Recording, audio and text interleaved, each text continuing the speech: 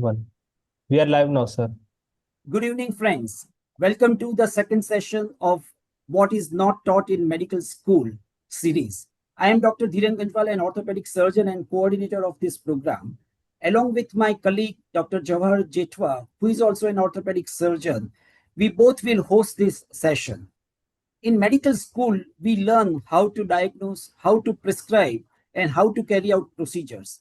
But once we enter the real practice, we soon realize that we need many more skill than what we learn and gathered at medical school. Many come to know about this deficiency after few years of practice, and in some colleagues, this realization comes with a heavy personal cost. This series is designed to help us to avoid this frustration. The topic for today's session is investment, how to grow your capital smartly so you can retire financially and as early as possible. I would give some emphasis on the word or the phrase retired financially. This term is popularized by the author of book Rich Dad and Poor Dad, that's Robert Kiyosaki. Now, let us understand what do we mean by financially retired. It means you don't need to worry about money, and for that you don't need to work. Your savings, investment, and assets generates enough income to take care of your expenses. In that case, work becomes a choice and not a compulsion. Now I request Dr. Jawahar Jethwa to tell us more about the why of this topic, why we kept investment as a topic for this session. Over to you, Jawahar bhai. Thank you, Dhiren. It is really interesting for all of us to know. So, what we are actually going through when we are doctors, the doctors often have a delayed start to their career due to long years of education and training, and that sometimes which having a significant debt to start with. So, we would like to know that how can we plan? So, what is the first before investment, like adequate insurances or adequate funds and emergency fund, all those things. Plus, the junior doctors who has just passed out have a problem of how much loan is reasonable to start the practice, because they're always worried about, because the investment will come at the right time of starting the practice. And we would also like to know the diversification of the investment, like share, property, gold, debt, and how to tackle the debt if there is at all. But the very important aspect which as a doctor we should know is that we are very much attached with the patient's treatment, and sometimes we forget about our own health. So CAGR, which is a compound aggregated the rate, that CAGR should not be in the terms of only money, and that is what is the worried for the doctor, because are going to become disabled. So they have to find out their health, they have to have their balance of money at the retirement as well as a good life. So when we are thinking of return, should we think of daily time to keep the track of our money, amount of anxiety and botheration, investment on devices and instruments and their maintenance, time and expense to learn and update, and about the sovereign warranty? So all these things are very much confusing, and there was a question in all our mind that regarding the investment, should we follow Mr. Rakesh Radheshyam Junjunwala till the end of his life? We know his end of the life. We know his success.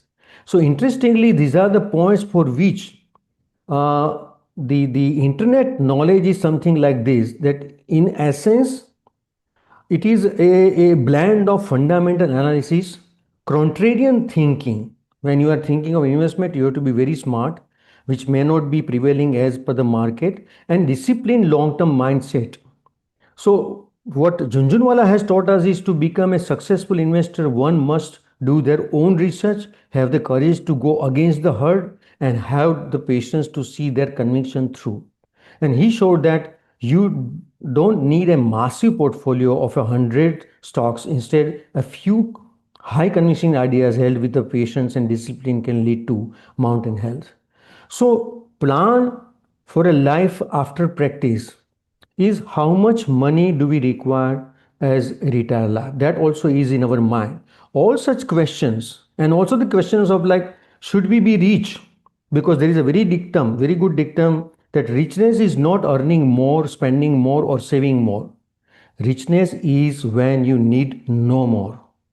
So all these questions we are in our mind, and probably we are not being exposed to such things in our life in a medical training and the passing of exams. So it will be very interesting for all of us to hear from Dr. Bharat Gadhavi that what can we do at any age, like a younger age, middle age, or maybe up to after 50 years of age. What is the best way to invest and have a happy life and a very successful life? So I invite Dr. Bharat Gadhavi to start his talk, and let us see and let us hear what he has to share with us. Yeah, Please, but Dr. before that, let me give a brief introduction of Bharat Bhai, Okay. because uh, we know him as an expert, but Bharat Bhai is a highly respected healthcare leader from Ahmedabad. He is currently the regional director for Gujarat and Rajasthan of HCG Hospitals, one of the leading cancer care network of India. Interestingly, he completed his MBBS and Masters in Surgery training, and then he went into this hospital administration. And he did this MBBS and MS from Maharaja Sayajirao University of Baroda. And after that, he entered into this hospital administration. And now he has more than 25 years of experience. And we all know that under his guidance, SCG has strengthened its reputation for advanced patient centric cancer care and high quality healthcare delivery. In addition to that, he is having an excellent leadership quality, and he is also a president of Ahmedabad Nursing Home Association. And he is very active in negotiating with the government regarding various aspects of nursing home. You may be wondering why I invited him. Like, say, he's an excellent administrator, but why I invited him to speak on this topic, and that's on investment. Let me tell you, he's really passionate about this topic, and I heard him 15 years back, and I still that lecture is very clear in my mind, and that impression made me to request him to give this talk. I'm sure that we will have a lot of questions during the session. So please note down a number to ask questions. The number is 97129 25600. I repeat, 97129 25600. So with that introduction, now I request Dr. Bharat Bhai to share his views and vast experience on the topic. Over to you, sir. Good evening, everyone. Thank you, Dhiren bhai. Thank you, Jawahar bhai. Thank you for this opportunity to connect to so many of you. Can we have the presentation? Yes, I am just starting, sir.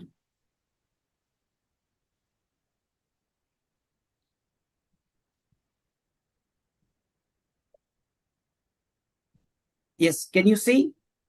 Yeah, perfect. Next, please.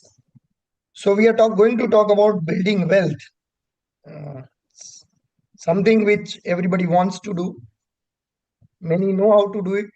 Many know how to do it, but still don't do it.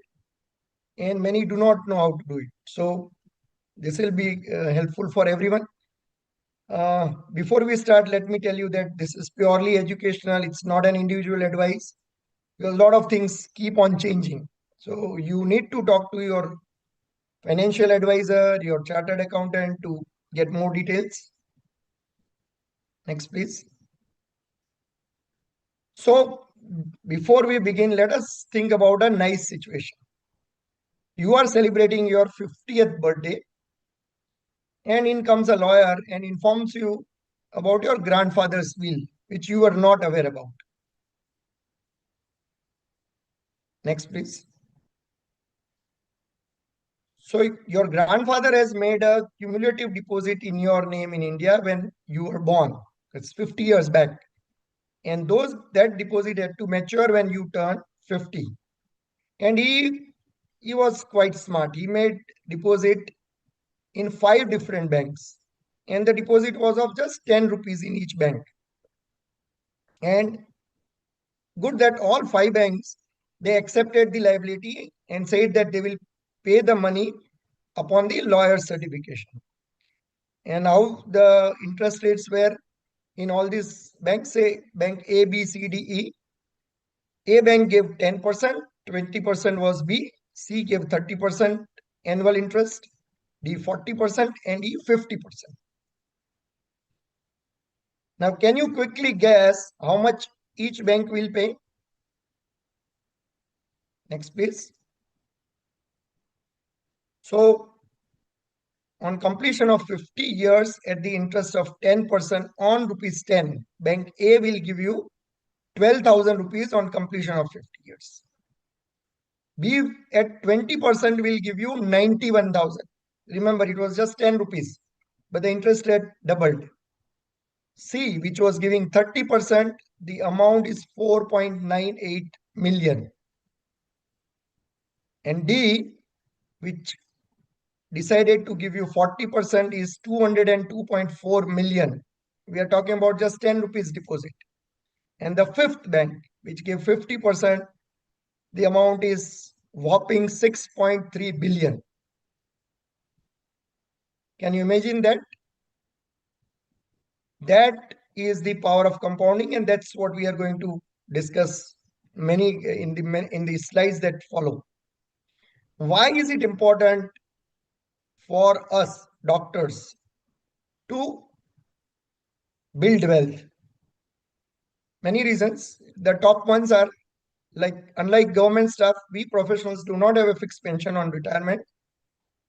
Our government still in the process, but still do not provide strong social security benefits. Families are getting nuclear, and dependence on children for expenses post-retirement, I'm sure most of us would avoid. So how to get wealthy? First, let us understand the fundamental concepts of wealth. What is the definition of a wealthy person? Who is wealthy? So simply to put it, one who can maintain current standard of living without having to work is wealthy. And where does this money come from? It is going to come from the returns from the financial assets. How much money will be required if you do not want to work, or if you don't have to work and you want to still maintain the current standard of living? If the monthly expenses are, say, 50,000 rupees at 8% pre-tax return and 10% TDS, capital required to live for 30 years without counting inflation will be around 73 lakhs. If you take average inflation of 6%, the capital required grows to 1.2, 1.5 crore. This is inflation indexed lifestyle. And what if you want to increase the standard of living? You want to move around the world more frequently. Then the capital required is much more than the 1.5 crore. If that expenses is, say, 1 lakh rupees per month, without inflation, it is 1.47 crore. With inflation, it comes to 2.86 crore. And if with the increase in standard of living, it is almost 2.86 crore plus. So that is so you'll have to calculate how much you are going to need once you retire, and considering that the longevity has increased, people usually living life for almost 25 to 30 years post-retirement. These are the basic requirements to ensure that you continue to live comfortably without asking for any help. Now, first, what we need to do? Protect the downside first. Make sure your foundation is strong. Create an emergency fund, which is approximately 6 to 12 months of your expenses, EMIs, clinic fixed cost, etc. in liquid options which can be easily moved. You can easily take out the money, your bank sweep fixed deposits, liquid ultra short debt funds or T-bills via RBI. RBI is started RBI Retail Direct, and you can, as an individual, you can invest in RBI and you can easily liquidate that amount. Buy adequate health insurance, go for floater so that the whole family is covered. And rather than buying 40-50 lakhs of health insurance, buy a reasonable sum of say 10 lakhs and then cover the rest of the amount through super top up. So, for example, if your primary insurance provider is say national insurance, you will be spending 30-40,000 per year, and then you can take HDFC, Tata AIG super top up, which will not be very costly, and you can cover up to almost 1 crore. Make sure that you are checking the room rent limits, etc., to what the insurance is going to provide. And term life. Those who have taken life insurance through LIC or other annuity schemes, please understand that you are neither fully covered by insurance nor you are putting your money for a proper investment purpose.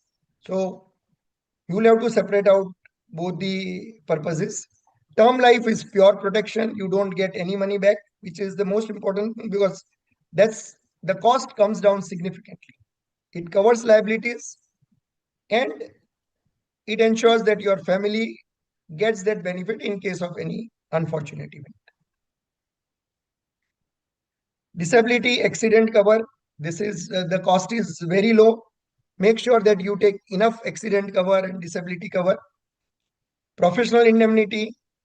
We are all taking adequate cover, but make sure what is adequate. Nowadays, the costs have gone up significantly. Some of the basics that you need to check, which because of our busy schedule, we forget.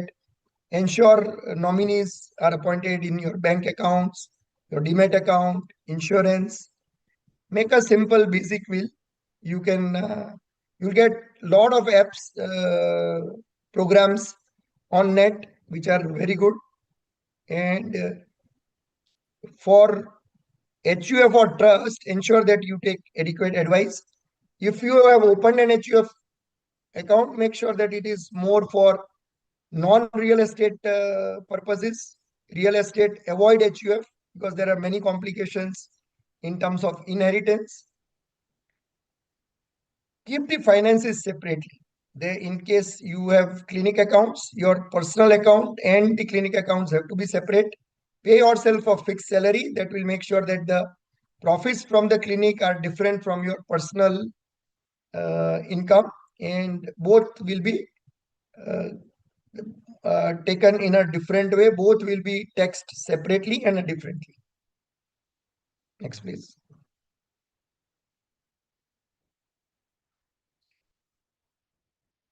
Very important, we must know what are the implications in relation to taxes when we are talking about investments. So first choose the wrapper, then the product. For example, these are the issues which you need to discuss with your CA. Regime choice, you have option of old versus new. You need to understand what are the differences. Key deductions and exemptions available mostly in old scheme, ATD, ATC and ATCCD, NPS. This is important. If you are an employee of your clinic, you can have this NPS being a part of your salary structure, which will be tax free. That can come from your clinic. And apart from your 50,000, which is your basic NPS limit for tax exemption, this has a fixed percentage of your salary, which can be much higher. Professionals, you have to find out what is better for you, whether 44 ADA or normal books of accounts. It's easy to directly go for presumptive taxes, straight away 50% of your income. You need to maintain your asset register. Most of us forget about the asset register and the depreciation benefits. So make sure that there is a proper asset register with all the bills. Nowadays, I know we are not going to discuss anything about unaccounted income. Try to ensure that everything is accounted. That will ensure that you are getting long-term benefits. Plus, you will be able to create wealth in a better way. You will be able to utilize that wealth. Capital gains, you need to understand what is the difference between equity, debt versus gold versus real estate. All these have different holding periods and different rates. So plan sales and holding periods deliberately. Key principles of wealth building. You have to understand what is the basic wealth cycle. We'll come to that. Use the power of compounding, what we have seen in this ABCDE bank. Start early. This is very important. We usually start late because we start our practice much later. But sooner or later, you need to start early. Focus on sound investment avenues. We'll come to that. And learn the power of passive income. Next, please. De-risk. Very important. We have talked about it by insurance, etc. But again, we'll come to that. What is basic wealth cycle? We earn income. We have savings. From that savings, we invest and we build wealth. Now, how normal people handle their finances? Income minus expenses. They usually, whatever is the income, they spend. And there is hardly anything left. Few people with no financial control, they have income, but their expenses are higher than the expenses. Don't have any control on their expenses, and they usually end up in debt. Responsible people handle finance by income minus expenses is equal to savings. That means their income is higher, their expenses are controlled, and whatever is remaining, they save. Disciplined people make income and then they decide what is going to be their savings, and whatever is left out, they ensure that the expenses are only from that amount. And the smartest people, they ensure that the investments are decided from the income, and as I said, only the limited expenses are done based on whatever is available. Next, please. So savings, what is the new approach? Conventional approach we have seen, income minus expenditure. New approach is expenditure is equal to income minus savings. Very important. So do not treat savings as a residue or a balancing figure after expenses. What are the principles of wealth building? Let us come to that. Number one principle, savings should be your first expenditure. Allocate money first for savings and spend the rest. That's principle number one. Power of compounding. We have seen this. I want to again give another example. Armenia, which was a part of Soviet Union, now is an independent country. They constructed a bridge in Chennai, which is known as Saidapet Bridge. Next, please. It was constructed way back in 1728, almost 283 years, at a cost of 1 lakh. That amount of 1 lakh was borrowed in it is 297. It was borrowed in 1728 from a bank at the interest of 6% per annum. Neither principal nor interest was paid. How much do you think will be due to the bank in 2025, 297 years ago? 1 lakh rupees. This is how the numbers look like, 3.28 lakh crores. That is the power of compounding. So you have to remember That power of compounding is phenomenal. Next, please. Just a small chart telling you at what percentage of interest rate, how much will be the growth. At 6%, the growth is 2.3, and at 20%, the growth is almost 20.8. And same amount of savings, the interest at varying rates increase drastically.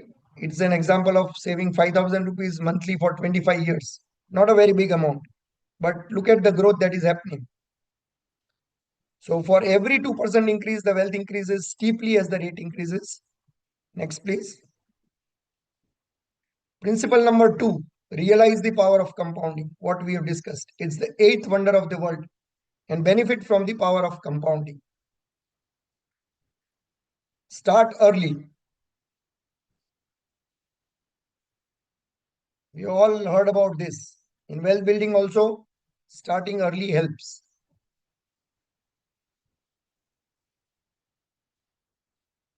Let me give you an example. Person A starts saving early. He just saves 1,000 rupees per month. He keeps on telling B to save. Finally, after 10 years, B decides to listen to A and he starts saving. And considering that he has lost those 10 years, he decides to save double of A. That's 2,000 per month. At the age of 60, the situation at 10% annual return is, even when he starts saving double the amount, the total wealth is lesser than the person who started early, and you are saving much lesser amount. So the total wealth accumulated for the one who started early is 38.28 lakhs versus the one who started little late but doubled the amount. So important is start as early as possible. Ideally, we should have started when we were interns, when we started earning our first stipend. Nonetheless, we can still do it. Next, please.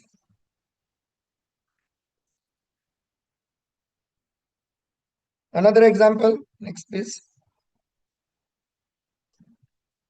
So, an amount of 15 lakhs grows to almost 46 lakhs 95,000 in terms of interest. Next, please. Important to know is the biggest wealth increase occurs in the later years. So the last 5 years account for almost 50% of wealth increase. As you can see in the table, 21 to 25, the growth is almost 22 lakhs, almost 50%. But there is no way you can fast forward this last 5 years unless you complete this first 20 years. So again, start early. Principle number 3, start early to realize the full power of compounding. Warren Buffett, you all know about him. He started investing at the age of 11. Still, he feels that he started late. Sound investment avenues. What are the sound investment avenues? We usually talk about investment, but which are the ways in which we can invest? So, majorly, either it's a debt or equity. Debt are comparatively more secure. Some of the debt instruments are RBI Retail Direct, Target Maturity Funds, debt funds, PSU deposits, bank deposits, etc. Equity is through mutual fund or direct purchase of the stock. Other investment avenues are small savings like PPF, SSY, Senior Citizen Savings Scheme, NSC, KVP, RBI bonds, gold and silver, real estate, alternative investment avenue, we'll talk about that, and retirement pension plans like NPS, etc. Next, please. So these are the debt investments. Ultra short duration, their debt funds are also equally good. High quality corporate deposits with AAA ratings, etc. are completely safe. RBI Retail Direct, the RBI has already started that. It's one of the safest mode of investments. Next, please. Small savings and guaranteed PPF. If you have not opened, please make sure that for every member of your family open a PPF account, because it is tax-free return 8%, more than 8% in some of the years. And for each person, you can save up to 1.5 lakhs per year. Minimum duration is 15 years, can be extended. Next, please. PF for those who are working in a corporate or in a government setup. Again, this is a tax-free return. There is a component which is paid by the employee and the other component is paid by the employer. Next, please. Post office savings, we already seen that. I think most of us are aware. Senior citizen saving scheme from the last year, they have increased from 15 lakhs to 30 lakhs, but it's taxable. Next, please. What are the equity investments we are talking about? We have to ensure that most of these investments are in blue chip companies so that the investments are safe. Good long-term returns are possible from equity investments. They help you beat inflation. And other than lottery and grandfathers will possibly the only avenue for the middle class people for wealth building. Can be done directly or through equity mutual fund. Some examples. This is an example of Infosys. One share which was bought somewhere in 1983 when the company started. Can you enter? Some more details are required. 1993 IPO came. It was 90 rupees. Current price is around 1470. One share bought in 1993 is 1024 shares through bonus, splits, etc. So one share of 90 would have grown to rupees 15 lakh as of today. Similar to that is Titan. One share became 20 shares through splits, etc. And the returns on the IPO price of 10 is almost 26.4%. Similarly, Axis Bank has given returns of almost 57%. Next, please. These are just some of the examples showing how over 25% of returns on investment is possible. If you look at 43% of cases from November 4, 50% from April 99, and 53% from April 04 have given more than 25% returns on investment. The other pie chart shows 20% returns on investment. The percentage is higher at 66, 78, and 72 from various dates. Next, please. Again, showing what are the returns on investment, more than 20% annualized. You can see many companies giving almost up to 100% returns to lower returns. But majority of them are giving more than 20% returns in start. Then there are charts from other things. Some of the companies which have given more than 20% returns across all three periods, more than 75% of time, has been companies like HDFC, SBI, HDFC Bank, etc. Next, please.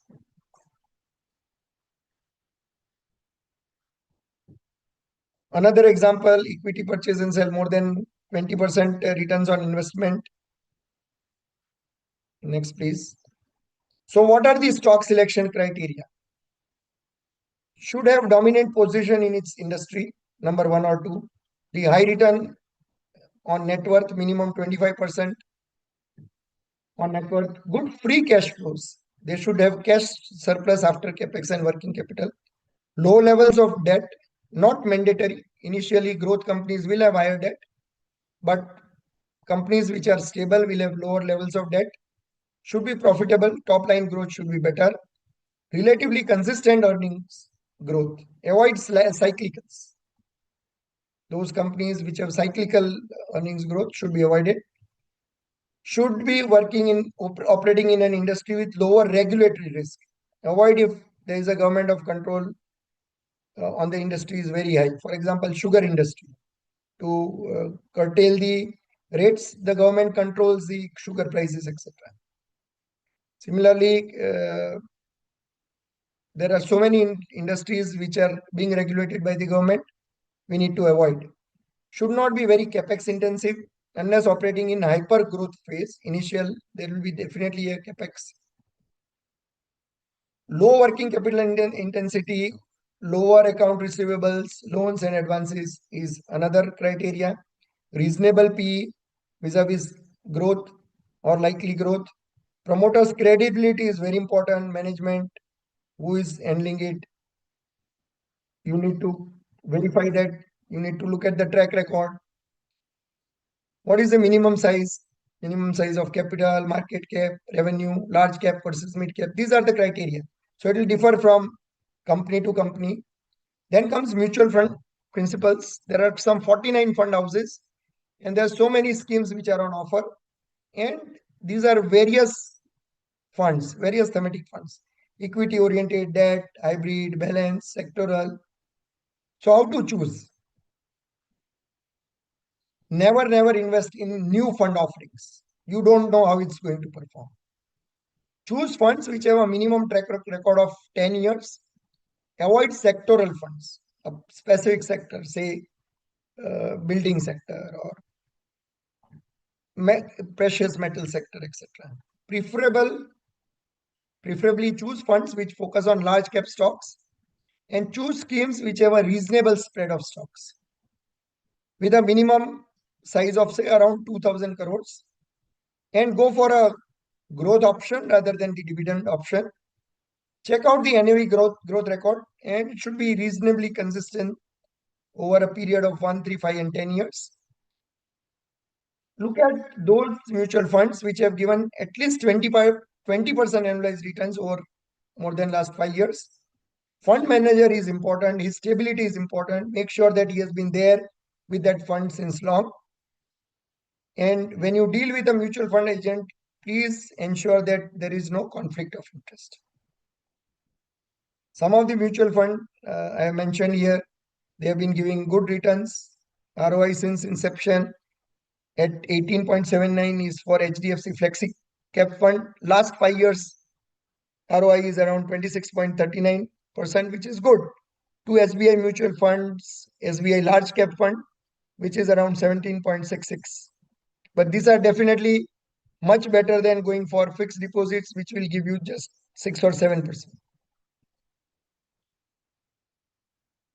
About stocks, some of the don'ts: never invest in stocks with borrowed money. Don't invest the funds which you have earmarked for a specific purpose, considering that you will increase your wealth. Avoid that. Avoid converting your long-term investments into trading stocks. Never invest just because your friend said or you got a message. Do enough basic research about the company and do not try to trade frequently. Do not convert loss-making trading positions to investments. The investment avenues which you are not sure about, which are very risky, future and options, etc., please avoid. Most people do not make money in future and options, and you have to be very alert. You have to spend a lot of time. We being doctors cannot spend enough time. It is advisable to go in for stocks which are well established or mutual funds which are well established. Otherwise, if you want to be aggressive, you will have to look at all the changes on a day-to-day basis. What are the other investments? Gold. Last 5 years, the returns have been good, but overall, if you look at 30 years, the returns are 3%. Jewelry is not an investment. It's an expense. So please understand, if you are buying jewelry, you are not investing. You are spending money. Physical gold, there are definitely challenges of storage, theft, etc. So now gold ETF is available. You can, through your Demat account, you can invest in gold ETF. Real estate, the returns are high. The appreciation is usually from the land and not building. But there are major challenges. You need large funds. The liquidity is limited when you want the funds. They may not be available easily. You can't sell it partially if you've taken one chunk of land. There is risk of trespassing, and there are other operational challenges. Buying house, just buy one house for living. Invest only if you have surplus funds which are not needed for some time. Don't invest thinking that you are going to get returns on rentals. The rentals are usually 5 to 6%, not good enough to take care of wealth building. Next, please. Talking about real estate, the yields are often 2 to 3%. It should not be bought for returns. Commercial, higher yield, but there is definitely higher risk. There are REITs and InvITs which are actually investing in real estate, and you can go through the REITs as well as InvITs. These are the investment trusts. Alternatives, stay away. We are not very sure specifically about crypto, etc. Whatever people are telling, still the Indian government has not legitimized it. US government is talking about crypto. There may be vested interest. So it is better to stay away from these alternate investments. Retirement investments, NPS is one. It complements PPF, employee provident funds, and mutual funds. Next, please. Let us come to what is passive income and what is the power of passive income. Income which is earned without having to work for it, something which is not earned from your employment or profession, is passive income. Examples. You are aware about Mohandas Pai, very renowned director of Infosys. He holds 8 lakh shares of Infosys. Last year, FY25, Infosys paid a dividend of 43 rupees per share. His dividend income was 3.44 crores because of that. I'm sure his salary income would have been less now that he is freelancing, but that is what is passive income. How to earn passive income out of your savings and investment? De-risk. We talk about de-risking again, talking about de-risking investments. Don't put all eggs in one basket. You diversify investments. You need not put the whole sum into mutual fund. You have you allocate some amount for different investment avenues. Equity investments, build a portfolio. Make sure that it's not very large. Take stocks from across many industries, and don't have any stock for more than 10% of portfolio. Mutual fund investment, check scheme for portfolio to ensure there is no sector concentration. It is usually available in the websites. Avoid lump sum investment, invest in stages. De-risk life, we have discussed about this. Take life insurance cover. Do not take insurance to save income tax. This is how usually your first insurance cover is through this. And they talk about the returns, and we are very happy that we think we will get 5-6%, and then we are stuck. So ensure that you are not taking insurance because your friend is an agent. It is not an investment. It is only to mitigate risk. And this conflict of interest thing has to be kept in mind when your agent is your friend. Life insurance, avoid endowment policy, avoid ULIPs. Take only term insurance early in life, because if you take early, your premium is lower, and that premium is going to be stay at the same amount throughout your life. And if you have high passive income, you don't require the term insurance. Health cover, we already talked about it. Other covers which we forget, there is household insurance available. Take that, not very costly. Next, please. Householders policy from, say, for example, from National, around 40-50 lakhs will come at only 4,000 rupees per annum. So it's not very costly, but we must take it. Action plan, after we have understood all this, there has to be a goal-based plan. Tie money to purpose. For example, you want to have a near-term goal, less than 3 years. Go for debt funds, T-bills, and target mutual funds maturing around the goal year. You have some specific, for example, after 3 years, you want to buy something. Then you try to invest through the debt funds. Medium term, 3 to 7 years plan. You blend equity index funds with TMF and raise debt as the goal nears. Long term, more than 7 years, equity heavy core, index funds, NPS, plus some stabilizers like PPF, some portion of gold 5 to 8%.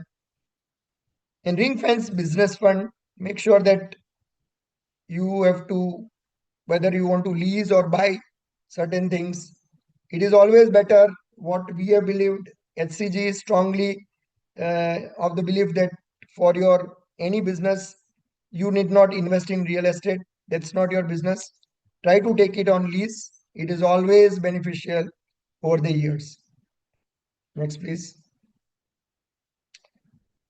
I talked about what should be the allocation percentage.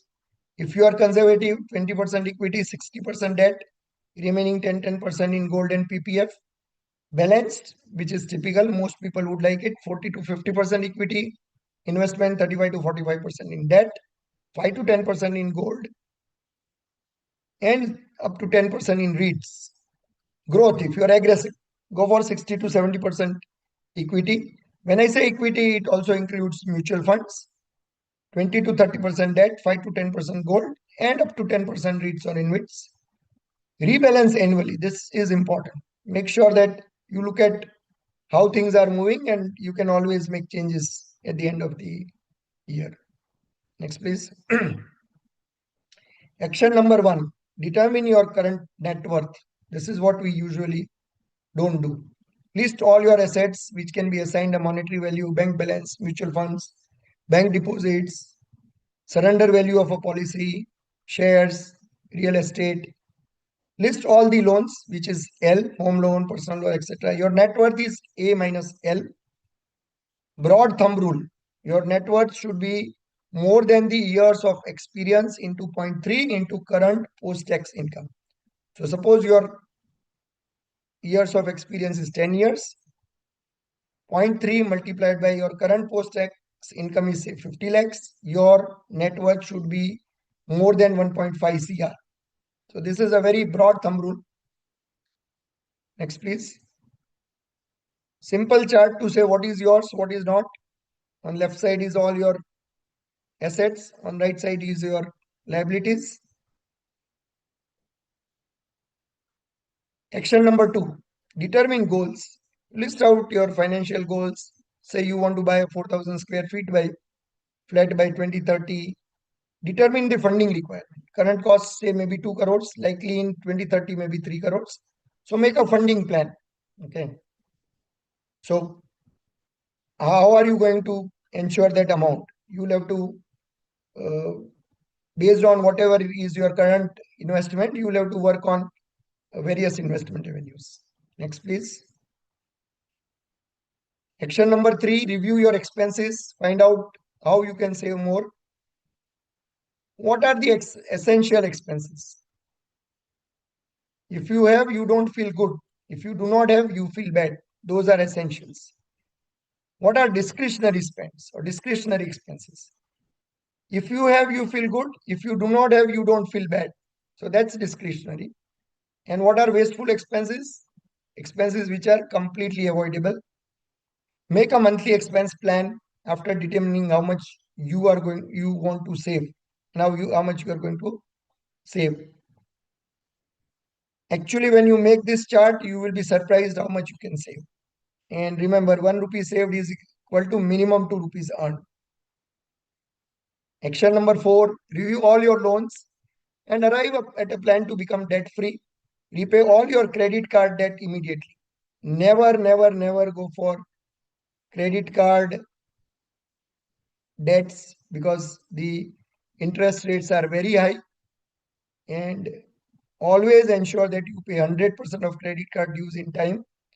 Do not have more than one credit card, preferably maximum two. Surrender all other additional cards because you can't keep a track and you might miss certain things. Pay off all your personal loans and loan from friends. And whenever you get some lump sum amount, say a bonus, etc., reduce your debt first, including your home loan, etc. Next, please. Make a savings and investment plan. We already talked about how income minus savings is equal to expenditure. Open a PPF account. I already talked about it. Open Demat accounts. I'm sure everyone has that. Should be in joint names, preferably. Explore SIPs of mutual funds. Sign for a brokerage account. Keep in liquid form funds to cover your 3 to 6 months of expenses. And transfer all your PF balances. This is specifically for the employees. Make sure that all the bank accounts have nominations. Action number 6. Yeah, next please. 1 rupee has same value irrespective of where it is coming from and how it is earned. Lottery, windfall earnings have same value and purchasing power as monthly earnings. So passive income has same value as active professional income. Lump sum amounts have same utility as monthly income. Do not fritter away lump sum earnings by splurging. That can be the biggest sources of your wealth building. Action number 7, evaluate insurance cover and make de-risking plans. Review life insurance policies. Look at a large term insurance cover at lower premium. If you start early, you will be able to do. Save the balance amount in PPF. Check health insurance cover. Check household insurance cover. And do not maintain a demat account with your broker unless it's a bank. Keep it with you. Knowledge is power and leads to wealth. Try to read news on business and economy rather than going through the Instagram reels, which will not give you any knowledge. Read at least one financial newspaper. Those who do not have that habit, initially it will look boring, but gradually you will start understanding and you will realize it is quite helpful to build wealth. And try to estimate the impact of economic developments on performance of individual companies, because every company will have some or the other impact.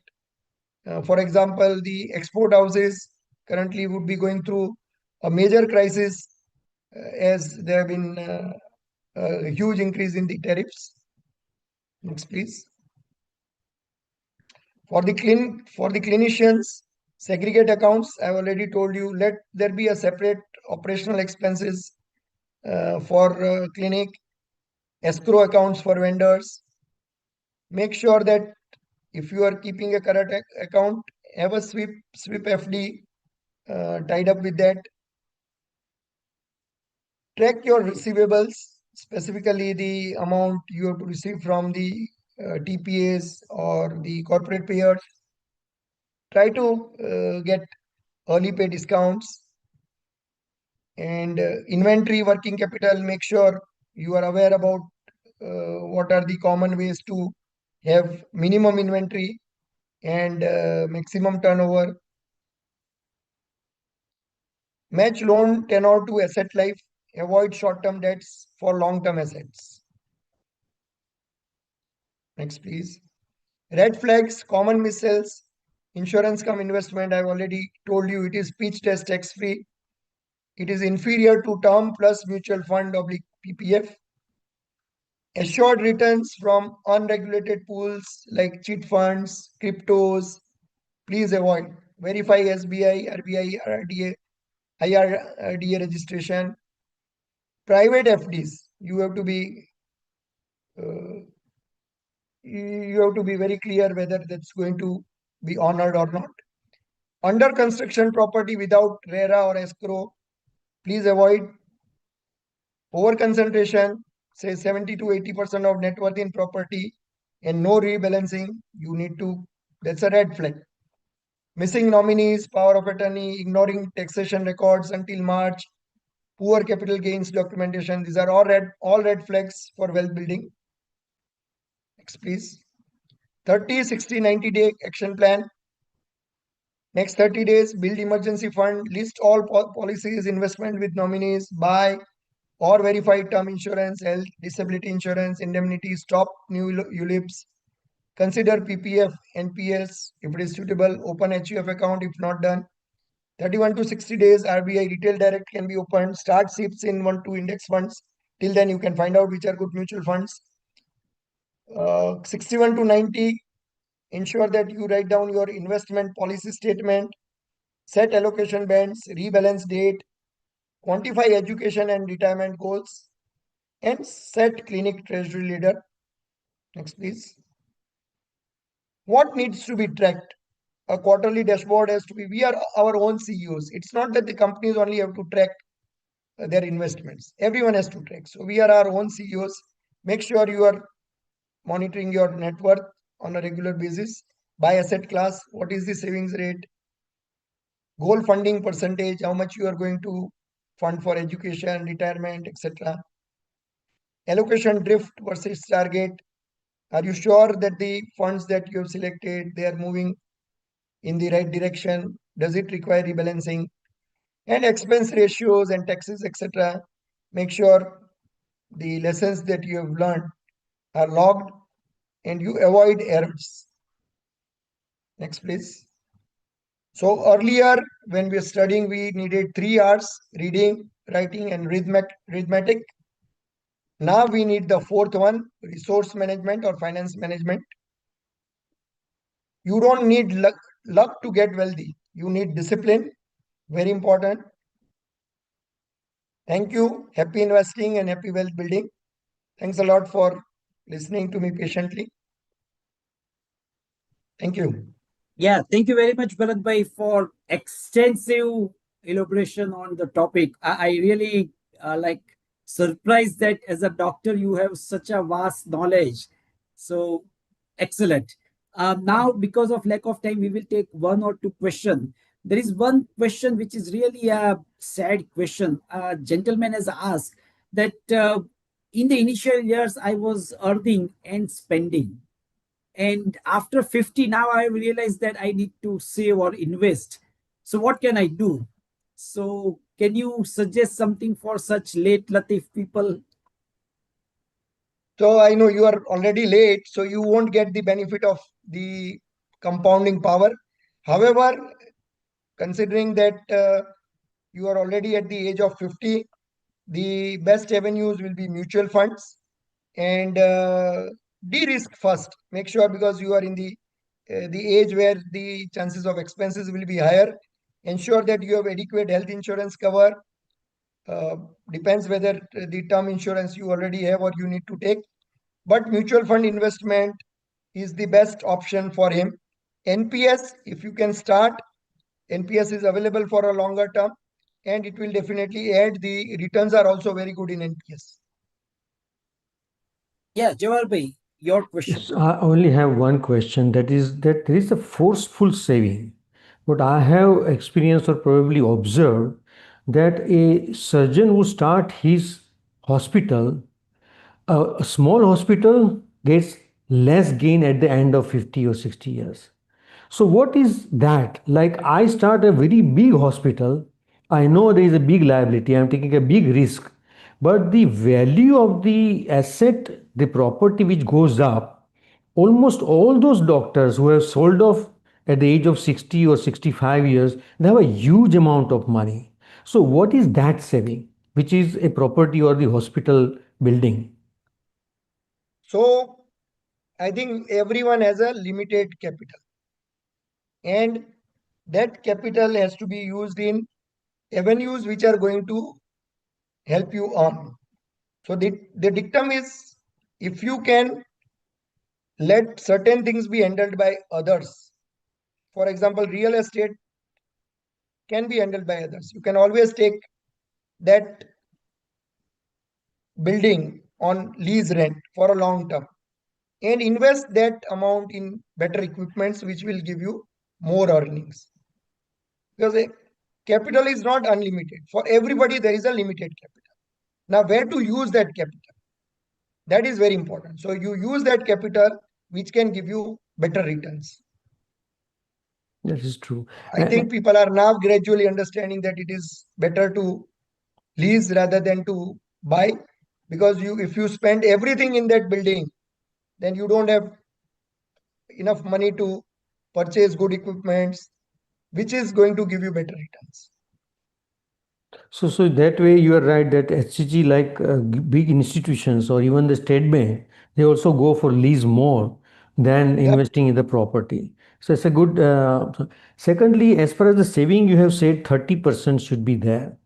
But as we grow old, our saving would be low.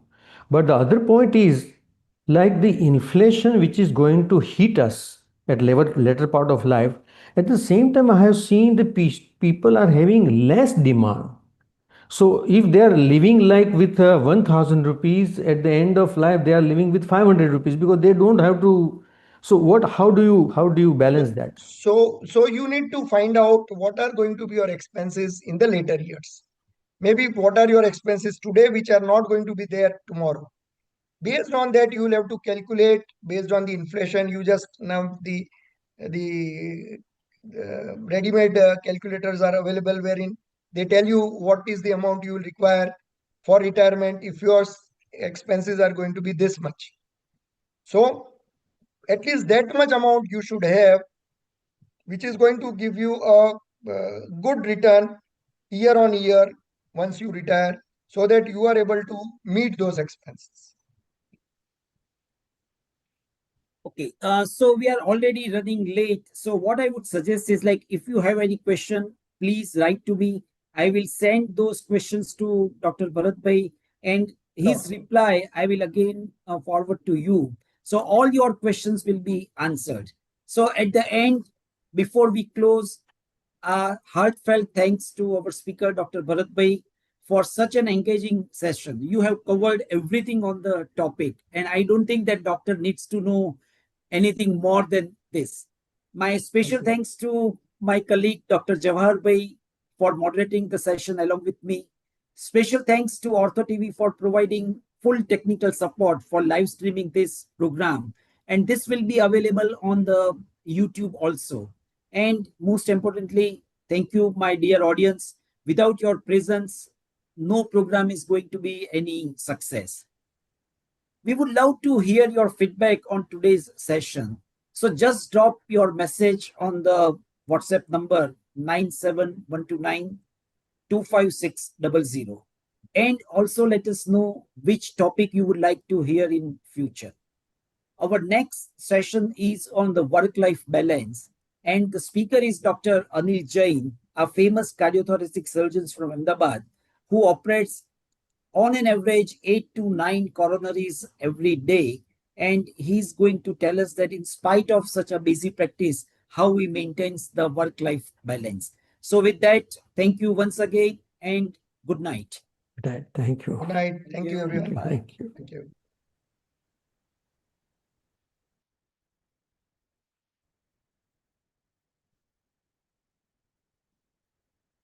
Well, very all fine. I think recording has been stopped or not. Maharshi, please stop the recording. Okay. Maharshi is there? Still recording. Yeah. Still recording. OrthoTV, Maharshi, are you there? Okay. Okay, he has stopped. Yes, sir. Yeah. Yes, yes.